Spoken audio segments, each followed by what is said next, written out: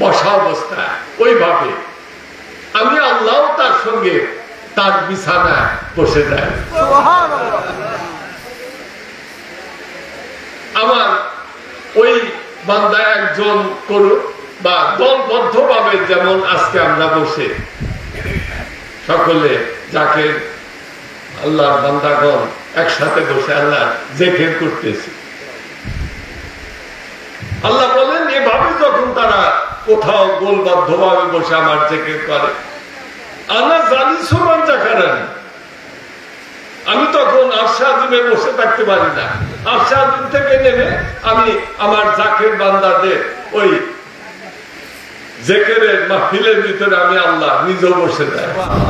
আল্লাহুম্মা সাল্লি আলা সাইয়্যিদিনা মাওলানা মুহাম্মদ ওয়া আলা আলি সাইয়্যিদিনা মাওলানা মুহাম্মদ। আম্মা বাদ, আমার নবীজি হাদিস শরীফের ভিতরে ইরশাদ করেন যে তোমরা আমার উম্মতের ভিতরে ৭৩টা দল হবে, ফেরকা। এর ভিতরে ৭২ ফেরকা হবে জাহান্নামী, ৭২ ফেরকা হবে জাহান্নামী, এবং মাত্র একটি ফেরকা ওয়াহিদাতান ফিল জান্নাহ, ওয়াহিদাতান ফিল জান্নাহ। ইসতানিয়া সাবুনা ফিন নার, ইসতানিয়া সাবুনা ফিন নার, ওয়াহিদাতান ফিল জান্নাহ। ৭২ দল হবে জাহান্নামী আর একটা দল হবে জান্নাতি। আমার দয়াল নবীজি বলেন ওই যে একটা দল যারা জান্নাতি, তারা হচ্ছে আহলে সুন্নাত ওয়াল জামাত, তারা হকপন্থী হবে, আমার এবং আমার সাহাবী যারা তাদের অনুসারী হবে। আর এই বাকি ৭২ ফেরকা ওগুলো বাতিল ফেরকা, জাহান্নামী ফেরকা। ওই সকল ফেরকার দিকে তোমরা ভুলেও তাকাবে না। আর ওয়াহিদাতান, ওই যে একটা দল যেটা আমার দল, আল্লাহর ওলিদের দল, সেই দলের ভিতরে তোমরা থাকবে। তোমরা এটা সহজেই বুঝতে পারবে ওই ওয়াহিদাতান ফিল জান্নাহ, জান্নাতের জান্নাতি দল কোনটি সহজে বুঝতে পারবে যদি একটা হিসাবকে সামনে রাখো। সেই হিসাবটা হচ্ছে তুমি শুধু এইটুকু দেখো যে কত দল কত দল কত দল, এত দল হিসাব করে বাইর করার সাধ্য কারো নাই। তাহলে চিনবে কি করে? চেনার একটা সহজ উপায় হচ্ছে তুমি শুধু এটা দেখো যে কোন দলের ভিতরে আল্লাহর ওলিগণ ছিলেন এবং এখনো আছে। আল্লাহর ওলিগণ কোন দলে ছিলেন এবং এখনো আছে, ওই দলটি হচ্ছে ওয়াহিদাতান ফিল জান্নাহ, জান্নাতি দল। ওই দলের ভিতরে তোমরা চোখ বন্ধ করে গিয়ে পড়বে, অন্য কোনো দিকে তাকাবে না। আমার দয়াল নবীজি বলেন ডান বাম কোন দিকে তাকাবে না। ডানের দোহাই দিয়ে অনেকে তোমাদেরকে জাহান্নামে নিয়ে যাবে, ডানের দোহাই দেবে। ডান মানে ধর্ম, বামের কথা বলে, বামের দল বলে দোহাই দিয়ে অনেকে তোমাদেরকে লোভ দেখিয়ে জাহান্নামে নিয়ে যাবে। বাম দল তো চিনতেই পাবে, বাম কারা, যেটা বাম ওটা তো জাহান্নামী, এটা তো বোঝোই। কিন্তু তাদের কি থাকবে, তাদের সম্বলটা কি থাকবে? তারা তোমাদেরকে বৈষয়িক পৃথিবীর যে সম্পদের লোভ দেখাবে এবং সেই লোভে তোমাদেরকে আকৃষ্ট করবে এবং তাদের দলে তোমরা চলে যাবে। আর তাদের দলে যাওয়ার অর্থ হচ্ছে জাহান্নামে যাবে। আর ডানে যারা, ডানের কথা বলতে ধর্মের কথা বলতে, তারাও তোমাকে ধর্মের কথা বলে ধর্মের দোহাই দিয়ে তোমাদেরকে তাদের দলে নেওয়ার চেষ্টা করবে। তোমরা শুধু এইটুকু খেয়াল রাখবে যে ডান বাম যে দলই হোক, তুমি খেয়াল করবে যে এই সকল দলের ভিতরে আল্লাহ ওলিগণ আছেন কি না। যদি না থাকে তাহলে তুমি কোন রকম সংশয় মনের ভিতরে রাখবে না। সম্পূর্ণ সংশয় ঝেড়ে ফেলে দিয়ে তুমি বুঝে ফেলবে যে এরা হচ্ছে ওই বাতের ফেরকা, এদের দলে যাওয়া যাবে না। এদের দলে যদি যাওয়া হয় তাহলে ওদের ওই দলের সঙ্গে জাহান্নামে যেতে হবে। এটাই দয়াল নবীজি হাদিস শরীফের ভিতরে বলেছে। আর সেই হকপন্থী দল একটা, যারা জান্নাতি দল, ওই দলের ভিতরে বসার জন্য আমার দয়াল নবীজি বলেছে। একটা সহিহ হাদিস, মুসলিম শরীফের হাদিস, রাহুল মুসলিম, মুসলিম শরীফের ভিতরে এই হাদিসটা বলা আছে। এই হাদিসটা কি? আমার দয়াল নবীজি কালার নবী সাল্লাল্লাহু আলাইহি সাল্লাম হুমুল কাওমু লা ইয়াশকা বিহিম জালিসুহুম। রাহুল মুসলিম নবীজি বলেন যে ওই যে ওয়াহিদাতান ফিল জান্নাহ, যে দলটা জান্নাতে, জান্নাতি দল, সেই একটা দল যেটা জান্নাতি, ওই দলটা হচ্ছে জাকের দল, জাকেরের দল। জাকেরের দল কারা? আমার নবীজি বলেন হাদিসুল কুদসির ভিতরে আছে যে যারা জিকির করে তারাই জাকের, যারা জিকির করে তারাই জাকের। জিকির কিরকম ভাবে জিকির করা?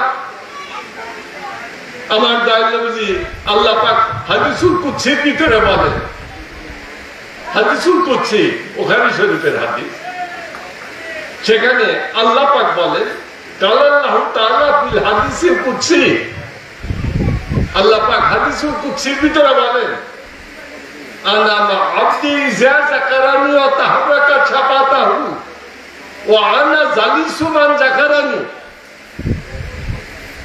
আল্লাহ বলেন যে আমার বান্দাদের ভিতরে একদল বান্দা, আমার বান্দাদের ভিতরে একদল বান্দা, তারা যখন জিকির করে, কিভাবে জিকির করে? অতাহাররাকা ছাপাতাহু, তাদের দুই ঠোঁটের মাঝখানে যে জিহ্বা, ওই জিহ্বা নাড়িয়ে তারা আল্লাহর জিকির করে।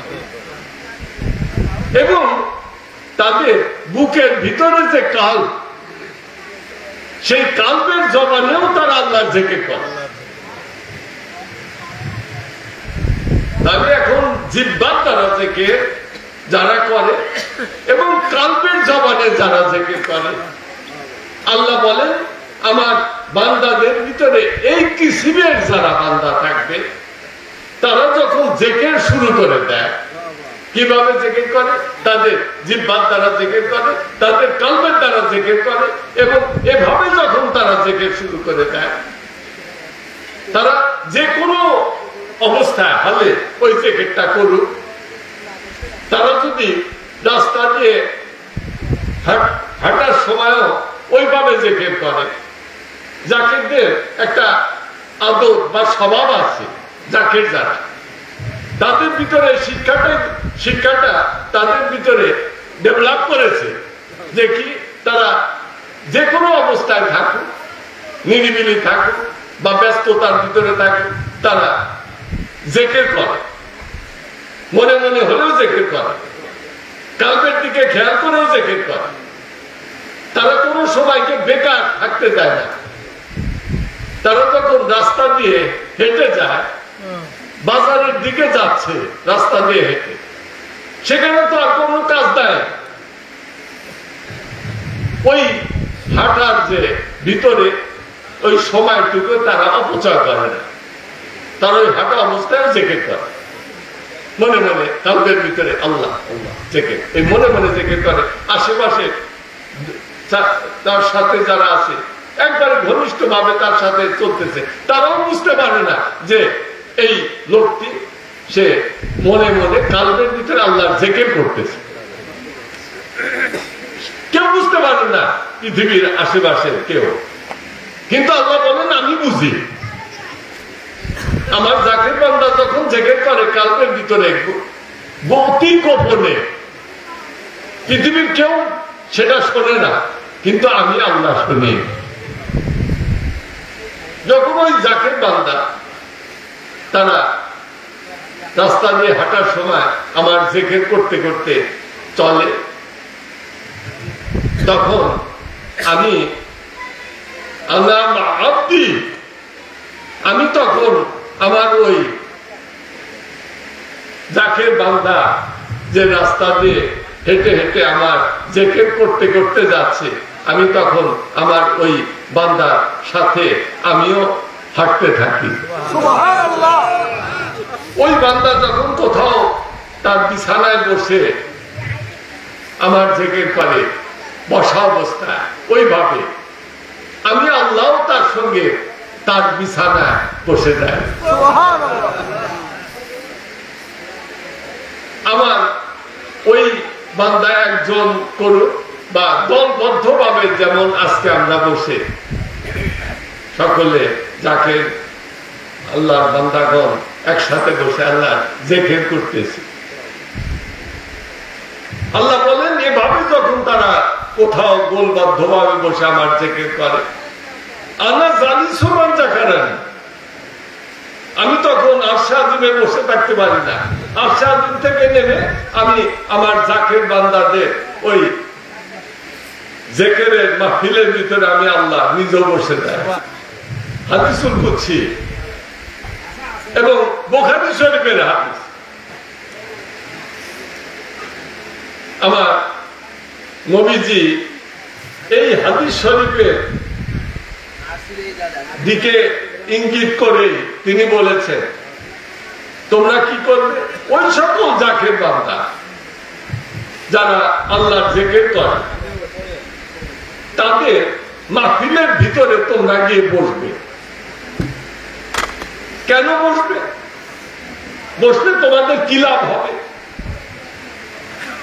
আমার নবীজি বলেন, হুমুল কাউমু লা ইয়াশকা বিহিম জালিসুহুম,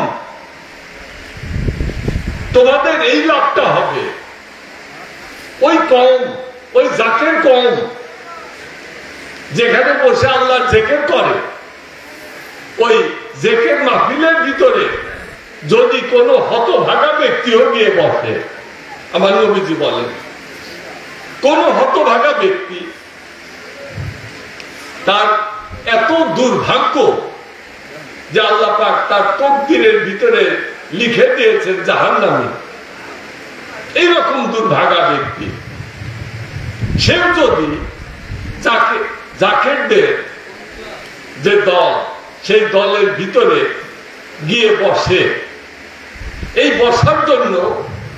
বসার জন্য আল্লাহ পাক ওই দুর্ভাগা ব্যক্তি যার কপালের ভিতরে লেখা পড়ে গেছে, তকদিরে লেখা হয়ে গেছে জাহান্নামী, জাকিরদের সাথে বসার জন্য, জিকিরের মাহফিলে বসার জন্য আল্লাহ পাক ওই হতভাগা ব্যক্তির কপালে ওই লিখন, জাহান্নামী লিখনটা মুছে দেবেন এবং ওই স্থানে জান্নাতি বা বেহেশতি বলে লিখে দেবেন।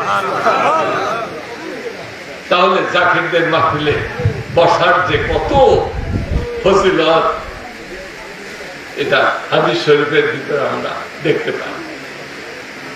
দরুদ পড়েন, আল্লাহুম্মা সাল্লি আলা সাইয়্যিদিনা মুহাম্মদ ওয়ালা আলে সাইয়্যিদিনা মাওলানা। আমার দয়াল নবীজি তিনি বলেন যে তোমরা সত্য মিথ্যাকে একসাথে মিশাবে না, সত্য এবং মিথ্যাকে পার্থক্য করে চলবে। সত্যকে পার্থক্য করে বুঝবে এবং সত্য থেকে মিথ্যাকে আলাদা করে দেবে।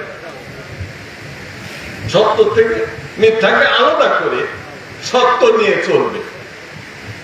কোরআনে আল্লাহ পাক বলেছেন যে আমা ইয়াস্তাবিল আমা ওয়াল বাসীর ওয়ালা যুলুমাত ওয়ালা নূর ওয়ালা জিল্লুল ওয়ালা হারুর। কোরআনে আল্লাহ পাক বলেন যে অন্ধ এবং চক্ষুষ্মান এক নয়। আমা ইয়াস্তাবিল আমা ওয়াল বাসীর, বাসীর মানে চক্ষুষ্মান, যারা দেখে, আর আমার যে অন্ধ দেখে না। আল্লাহ বলেন যে দেখে এবং যে দেখে না, এই দুই রকম লোক। এক লোক দেখে আর এক লোক দেখে না, এই দুই লোক এক বরাবর নয়। আবার ছায়াযুক্ত স্থান এবং রৌদ্রযুক্ত স্থান এক নয়। তুমি ছায়ার ভিতরে যদি ফসল বোনো, বীজ ছিটাও, ওই বীজ থেকে ফসল পাবে না। ফসল পাওয়ার জন্য তোমাকে বীজটা কোথায় লাগাতে হবে? যেখানে রোদ পড়ে। এই জন্য আল্লাহ পাক কোরআনের ভিতরে বলেছেন ছায়াযুক্ত স্থান এবং রৌদ্রময় স্থান এক নয়। এবং আল্লাহ পাক কোরআনে আরো বলেছেন যে মৃত এবং জীবিত এক নয়। হাদিস শরীফের ভিতরে আমার দয়াল নবীজি বলেন মাসালুল্লাযী ইয়াসকুরু রাব্বাহু ওয়াল্লাযী লা ইয়াসকুরু মাসালাল হাইয়্যি ওয়াল মাইয়্যিত। আমার নবীজি বলেন যে মেসেলটা যে জিকির করে এবং মেসেল হচ্ছে যে জিকির করে না। কি রকম? মেসেলটা হচ্ছে একজন মৃত আর একজন জীবিত। যে জিকির করে না সে মৃত এবং যে জিকির করে সে জীবিত। আল্লাহ কোরআনের ভিতরে বলেছে তোমরা কখনো মৃত এবং জীবিতকে এক বরাবর মনে করো না। যাদের কাল আল্লাহর জিকিরে জীবিত, আমার নবীজি বলেন, এবং যাদের কাল আল্লাহর জিকিরে জীবিত নয়, আমার নবীজি বলেন এই দুয়ের ভিতরে মেসালটা হচ্ছে যে কাল্পের ভিতরে আল্লাহর জিকির আছে, ওই ব্যক্তিটা জীবিত মানুষ, এবং যে ব্যক্তির কাল্পের ভিতরে আল্লাহর জিকির নাই, ওই ব্যক্তিটা মৃত মানুষ। সুতরাং আমাদেরকে জীবিত মানুষ হতে হবে, মৃত মানুষ হলে চলবে না। জিকিরের মাধ্যমে আমাদেরকে জীবিত করতে হবে, আমাদেরকে জীবিত রাখতে হবে।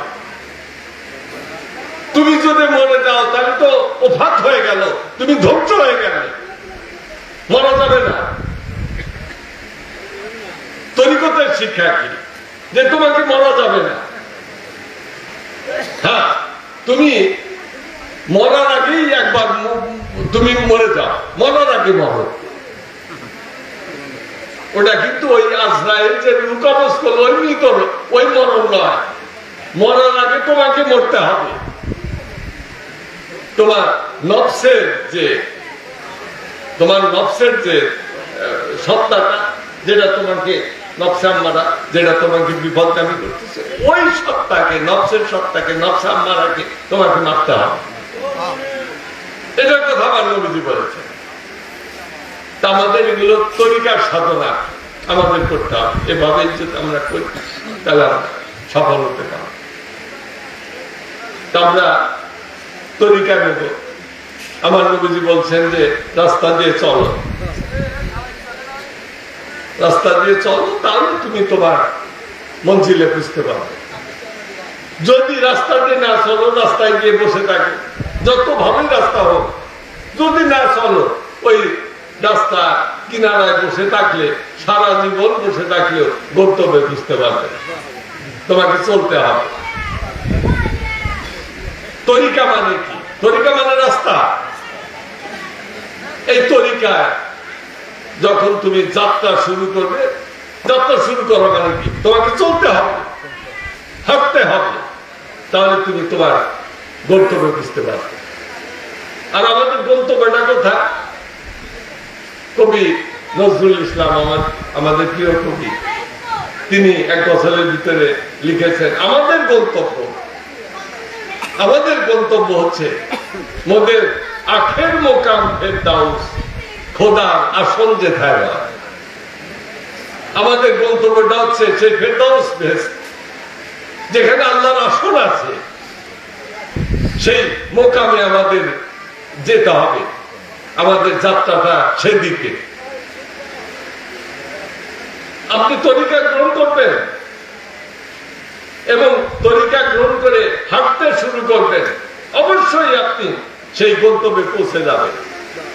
আর হাঁটবেন না, যেতে পারবেন না। এজন্য আমাদেরকে হাঁটতে হবে। তরিকা রাস্তা, তরিকা মানে রাস্তা, সেই রাস্তা আমাকে হাঁটতে হবে। হযরত মুজাদ্দিদ আল-ফিসানি রাহমাতুল্লাহ আলাইহি বলেছেন, অনেক তরিকা আছে। আপনি যদি এমনি বিভিন্ন নামের তরিকা হিসাব করতে যান, ওই কিতাবে আমরা পড়ি প্রায় 200-250 তরিকার নাম পাওয়া যায়। 200-250 তরিকা। এর ভিতরে 4-5টা তরিকাকে শ্রেষ্ঠ তরিকা বলা হয়। নকশবন্দিয়া, মুজাদ্দিদিয়া, চিশতিয়া, কাদরিয়া, সারওয়ার্দিয়া, এই 5টা তরিকা। এর ভিতরে সর্বশ্রেষ্ঠ তরিকা হিসাবে আমরা বলি মুজাদ্দিদিয়া তরিকা। কেন মুজাদ্দিদের তরিকা সর্বশ্রেষ্ঠ বলে দাবি করি? এটা যারা অন্যান্য তরিকা বলছে, তারা মনে করবে যেটা তারা নিজেদের তরিকা বলে তারা বলে। দলিলটা কি? দলিলটা হচ্ছে হযরত মুজাদ্দিদ আল-ফিসানি রাহমাতুল্লাহ আলাইহি তিনি বলেছেন যে আল্লাহ পাক আমার নিকটে ইলহাম নাযিল করেছেন। ইলহাম বুশরা, লাহুমুল বুশরা ফি হায়াতিদ দুনিয়া ওয়া ফিল আখিরাতি। কোরআনে আল্লাহ পাক বলেন যে আল্লাহর ওলিদের উপরে এই দুনিয়ার জীবনে এবং পরকালের জীবনে আল্লাহর তরফ থেকে বুশরা বা সুসংবাদ নাযিল হয়। এই দুনিয়ার জীবনেও হয়। হযরত মুজাদ্দিদ আল-ফিসানি রাহমাতুল্লাহ আলাইহি বলেন, এই দুনিয়ার জীবনে আমি আমার উপরে আল্লাহর তরফ থেকে এমন একটা বুশরা বা সুসংবাদ নাযিল হলো, যেটা এখন আমি তোমাদেরকে বলবো। মুজাদ্দিদ আল-ফিসানি রাহমাতুল্লাহ আলাইহি বলেন, আমি আল্লাহর নিকটে একটা দোয়া করতেছিলাম। কোরআনে আল্লাহ পাক বলেছেন যে হে বান্দা, তোমরা আমার কাছে দোয়া করো, আমার কাছে প্রার্থনা করো, আমাকে ডাকো, আমি তোমাদের ডাকে সাড়া দেব। উদউনি ফাস্তাজিবু লাকুম, উদউনি, আমাকে ডাকো, আমার নিকট প্রার্থনা করো, ফাস্তাজিবু লাকুম, আমি তোমাদের ওই প্রার্থনার জবাব দেব। খাজা বাবা এনায়তপুরী শম্ভুগঞ্জি আমাদেরকে শিক্ষা দিয়ে গেছেন যে বাবা, আল্লাহকে ডাকো, আল্লাহকে ডাকো। যে সময় আল্লাহ তোমার সবচেয়ে নিকটে থাকে, সেই সময়টাকে বেছে নাও। 24 ঘন্টা অন্যান্য সময়ের ভিতরে 1টা ঘন্টা, হাদিস শরীফের ভিতরে আমার নবীজি বলেছেন, ওই সময় আল্লাহ পাক মানুষ দুনিয়াবাসীর সবচেয়ে নিকটে আসে, ওই সময়টা তোমরা চেনো, বোঝো, এবং সেই সময়কে চিনে ওই সময় বেশি বেশি আল্লাহকে ডাকে। ওই সময়টা কখন? রহমতের সময়। ওই সময় আল্লাহ পাক সামাউদ দুনিয়ায় নেমে আসে। সামাউদ দুনিয়া মানে দুনিয়ার আসমান। দুনিয়ার আসমানে নেমে এসে আল্লাহ বান্দাদেরকে ডাকে। কি বলে ডাকে? হাল মিন মুস্তাগফিরিনা আগফিরুল্লাহ, হাল মিন মুস্তাগফিরিনা আগফিরুল্লাহ। হে আমার বান্দা, তোমরা তো ঘুমিয়ে আসো। ওই সময় কিন্তু সবচেয়ে বেশি ঘুম ধরে। ফজরের যখন আযান হয় তার 1 ঘন্টা আগে থেকে সেই সময়টা শুরু হয় তাহাজ্জুদের রাত। সেই সময় কিন্তু সবচেয়ে বেশি ঘুম পায়।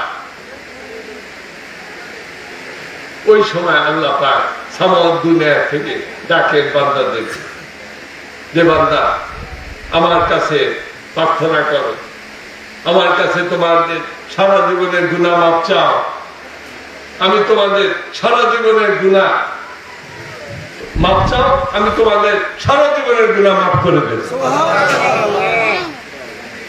তোমার যদি কোনো অসুখ বিসুখ থাকে আমার কাছে প্রার্থনা জানাও, আমি তোমাদের সেই দুরারোগ্য ব্যাধি থেকে আরোগ্য দান করব। তোমাদের যদি অভাব থাকে, পার্থিব জীবনে কত অভাব থাকতে পারে, টাকা পয়সার অভাব, কত অভাব থাকতে পারে, আমার কাছে প্রার্থনা করো, আমি তোমাদের সমস্ত অভাব মিটিয়ে দেব। দাদা বলেন যে সেই সময় তোমরা ওঠো, উঠে আল্লাহকে ডাকতে থাকো। কিভাবে ডাকবে? অপরাধ ক্ষমা করে মিঠাও মোদের মন জ্বালা গুনাহ খাতা মাফি করে রহম কর খুদা তাআলা ইয়া আল্লাহ ইয়া রহমান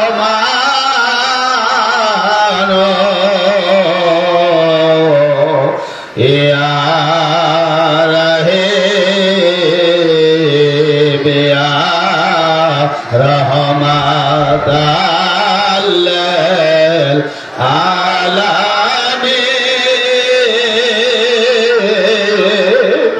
ইয়া রহমাত লিল আলামিন ইয়া শাফিউল মুজনাবিন ইয়া রহমাত লিল আলামিন। এই শিক্ষা এভাবে আমাদেরকে ডাকতে হবে, তাহলে আল্লাহ পাক আমাদেরকে দেবেন। আমরা আমাদের ভিতরে যে যত কিছু অভাব সব পূরণ হয়ে যাবে। হযরত মুজাদ্দিদ আল-ফিসানি রাহমাতুল্লাহ আলাইহি আল্লাহকে ডাকছিলেন, এভাবেই ডাকছিলেন, এবং তিনি যে সেজদায় পড়ে গেছিলেন আর সেজদা তোলেন নাই। একাধারে 14 দিন পর্যন্ত এভাবে তিনি আল্লাহ রাহে সেজদায় পড়ে আল্লাহকে ডাকতে থাকলেন। কিভাবে ডাকলেন? একটা মাত্র তার প্রার্থনা ছিল। সেই প্রার্থনাটা হচ্ছে ইয়া রাব্বি হাবলি মুরিদি, ইয়া রাব্বি হাবলি মুরিদি, ইয়া রাব্বি হাবলি মুরিদি। হে আমার রব, আমার মুরিদানদেরকে মাফ করে দাও।